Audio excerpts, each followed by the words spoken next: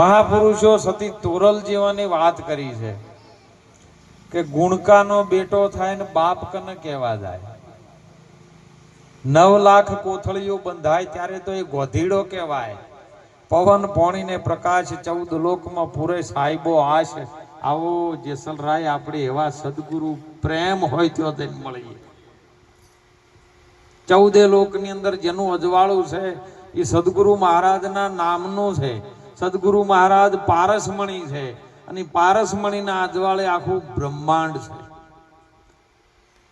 આપણે તો તુલ્ય માણસ કહેવાય. મનુષ્ય આ મૃત્યુ લોકની અંદર એક જીવ નાનો એવું તણખલું કહેવાય.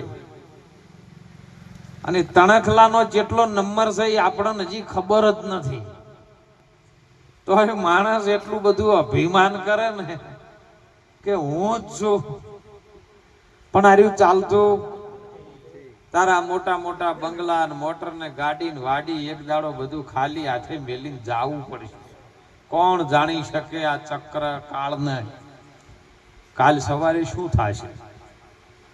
અને એટલે જતા જતા મહારાજ સંતો આવા આચાર્ય મહાપુરુષો આપણને વાત સમજાવે કે કાલ એવું છે નહીં. અમારી ગણતરીમાં કાલ તો છે જ નહીં.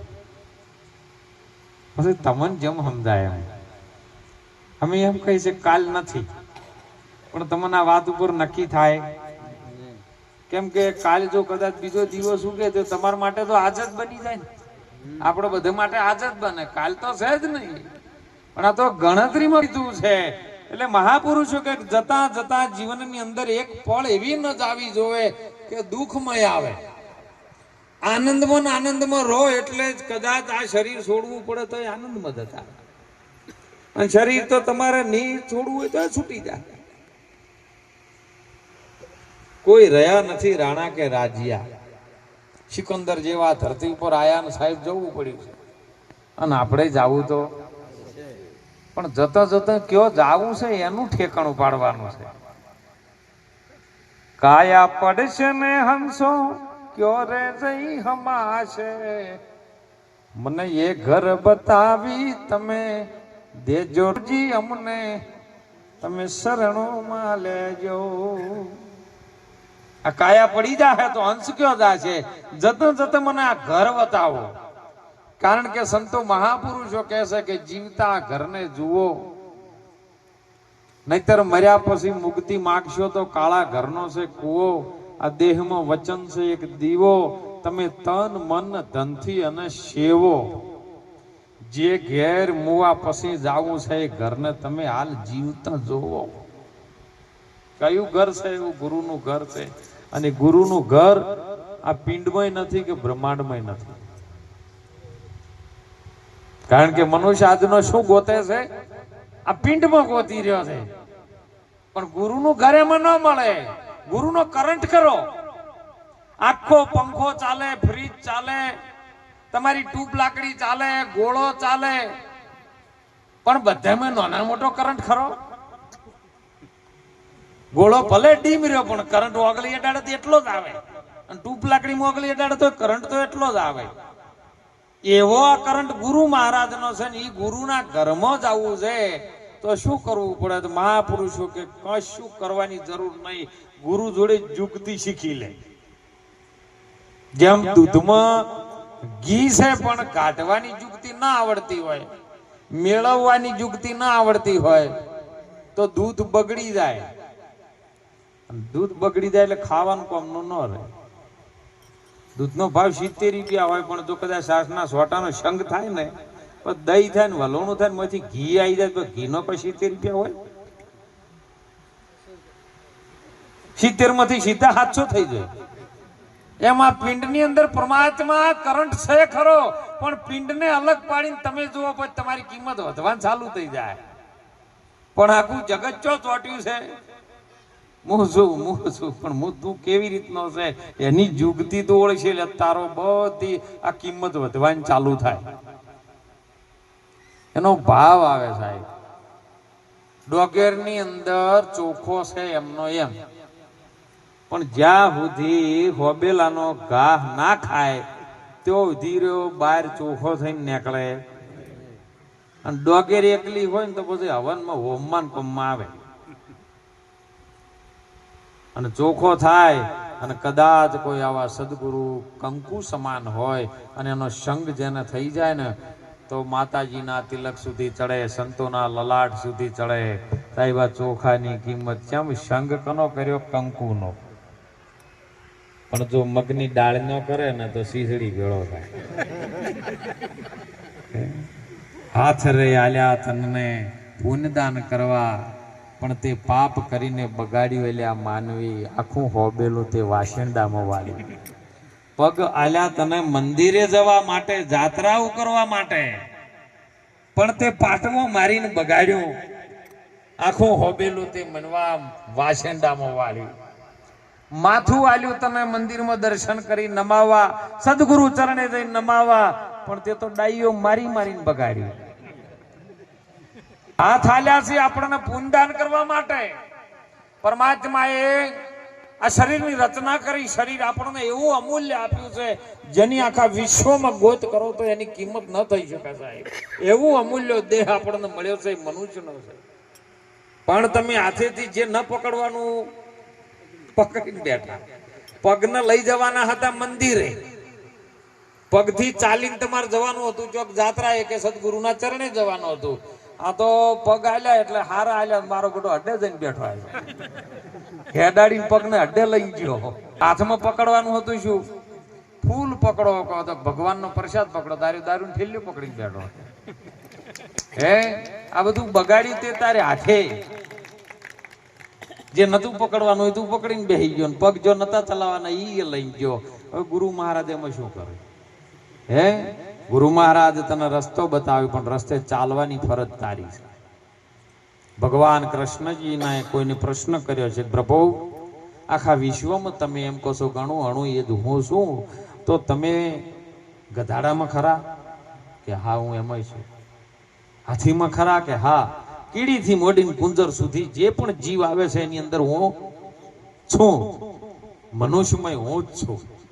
તો બાપુ કોઈ રાક્ષસી માયાનો કોઈ મનુષ્ય હોય એની અંદર તમે ખરા કે હા? તો તમે એની અંદર છો તો એને ખોટું કામ કેમ કરવા દો છો? પત્રકારો પૂછે. રાક્ષસની અંદર કોઈ રાક્ષસ વૃત્તિનો માણસ છે સાહેબ, એની અંદર પણ તમે જ છો, બીજો કોઈ છે નહીં. તો એને ખોટું કામ તમે કેમ કરવા દો છો? ભગવાન કૃષ્ણજીએ સુંદર જવાબ આપ્યો છે સાહેબ કે એની અંદર હું છું, પણ એ જીવ દશાને એ સ્વતંત્ર છે, એને મેં મુક્તિ આપેલી છે કે હું તને સલાહ આપું. આ પગ તને આલ્યા છે, હવે તારે સ્વતંત્ર ની અંદર કરંટ મારો ચલાવવાનો જવાબદારી મારી, પણ ચાલીને કયો જવું એ જવાબદારી જીવની છે. તારે આ વાણી જીભ ઉપર હું વાણી સરસ્વતી તરીકે આવું છું, એ હું છું, પણ વાણી કઈ રીતની બોલવી એની જવાબદારી આ જીવની છે. આ હાથે પુણ્યદાન કરવું છે, આ હાથની અંદર પાવર શક્તિ હું આલું છું, જેને રક્ષણ કરવા માટેની શક્તિ, એ શક્તિ સ્વરૂપે હું છું, પણ હાથથી તું કોકનું ખોટું કરે એ જવાબદારી જીવની છે. એટલે સ્વતંત્ર છે. કર્મથી તું મુક્ત નથી. કર્મ તું કયા પ્રકારનું કરે એની સ્વતંત્ર મેં તને જીવને આપેલી છે. અને જીવ જો સ્વતંત્ર થઈ અને ગુરુ મહારાજના ચરણે રહીને કર્મ કરે ને તો જ એ જીવનો શિવ બની. અને એટલે મહાપુરુષો આપણા ભારત ભૂમિના સંતો સાહેબ, સંતને કઈ રીતનો પારખવો? સંત કેવો આવે? સંત કોઈ એવું નહીં કે મારી ઘર ભગવો ભેગ પહેરીને આવી જાય. રાવણે ના પાડી જાતો ઘણું સમજાયું. રાવણે સીતાજીનું જયારે હરણ કર્યું ને અને જયારે મંદોદરી પાસે ગયો ને, એને અશોક વાટિકામાં સીતાજીને મૂક્યા અને જયારે અંદર ગયો ને એટલે રાવણના આનંદનો પાર નતો. મંદોદરી એને જવાબ આલ્યો કે હે લંકાપતિ રાવણ, તમે મારા સ્વામી છો અને તમે ખોટું કામ કરતા હોય તો અટકાવવાની જવાબદારી મારી બને છે.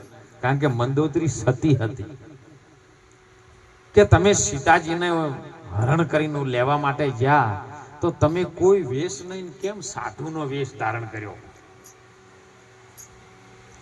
હજારો સંતો ઉપર ભગવા ભેગ ઉપર કેવું કલંક લાગશે. તાને રાવણ કે તું હજી ભણી નહીં, હું શાસ્ત્ર ભણ્યો છું.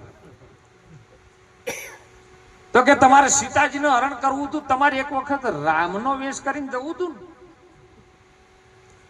તો તમારે કશું કેવું ન પડત ને સીતાજી આવી જો કે એ મેં કરી લીધું હતું. પણ જ્યારે રામનો વેશ ધારણ કરીને હું બેઠો ને, એટલે મારી અંદર બધી સ્ત્રીઓ, માં, બેન, દીકરીઓ જ દેખાવા માંડી. મારી મંદોત્રી સિવાય બીજું જગતમાં કોઈ દેખાતું નતું.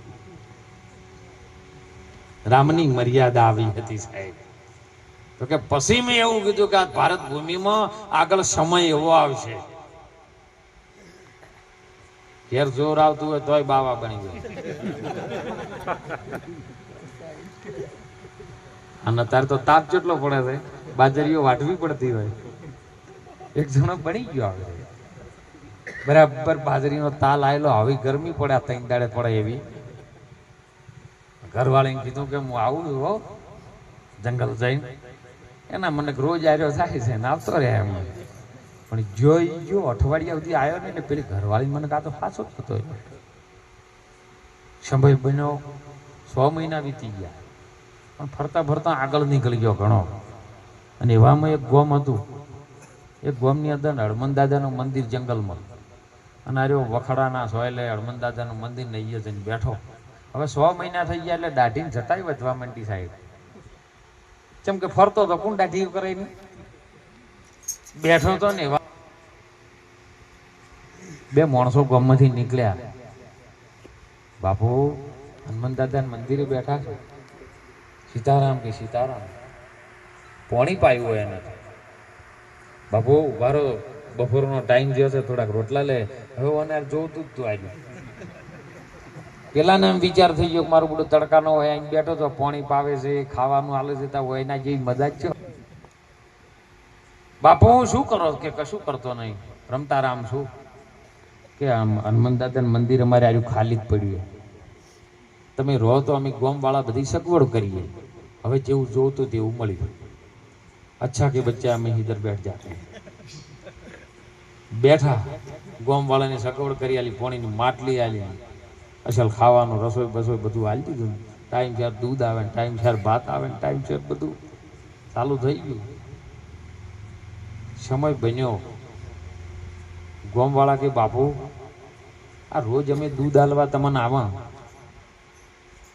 તો એને એમ કરો ને, હાવ બેઠા છો તો આપણે આજુબાજુ જંગલમાં ઘણું જગ્યા પડી છે, હનુમાન દાદાની જગ્યા 20 વીઘા જેવી છે.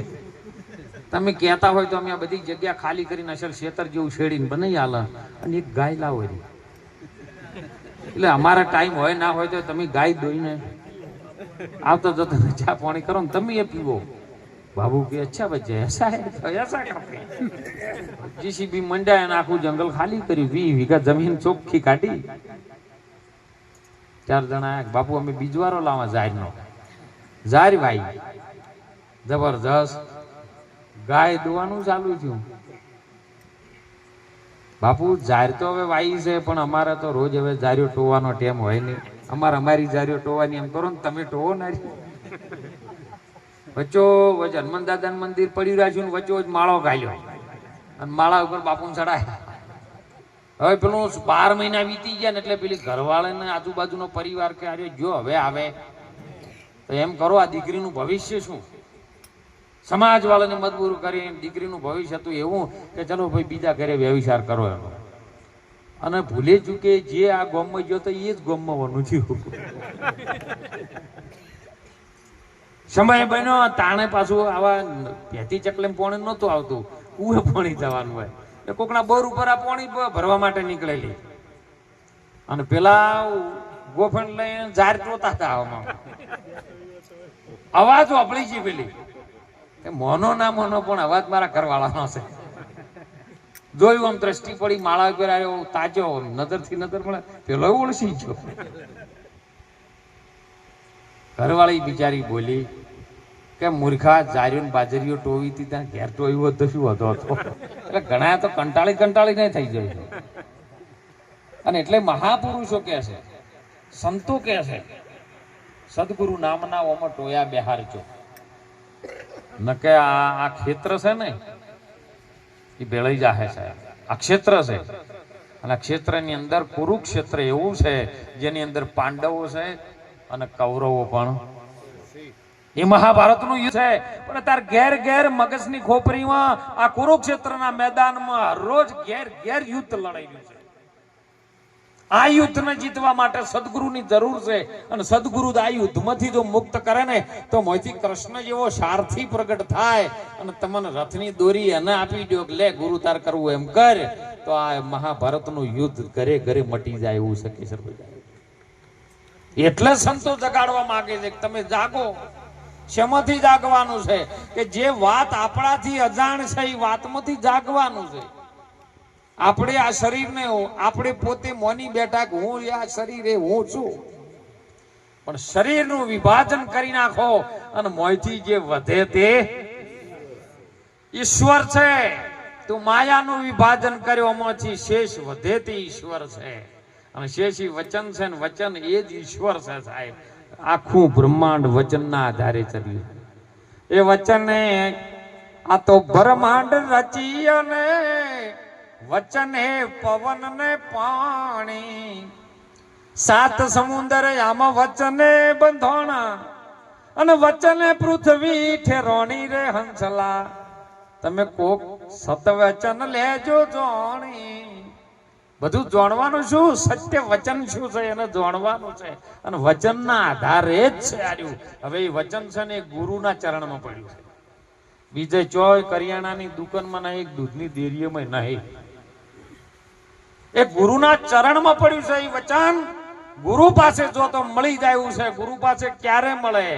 તો ગુરુના ચરણમાં જઈને તન મન ધન શી સમર્પણ કરી નાખો અને આધીન થો ને તો આપ મેળે ઓટોમેટિક મળી જાય. આપ મેળે સાહેબ. કેમ કે સનાતન નો દેહ બનેલો છે. આ સનાતન જાણવા માટે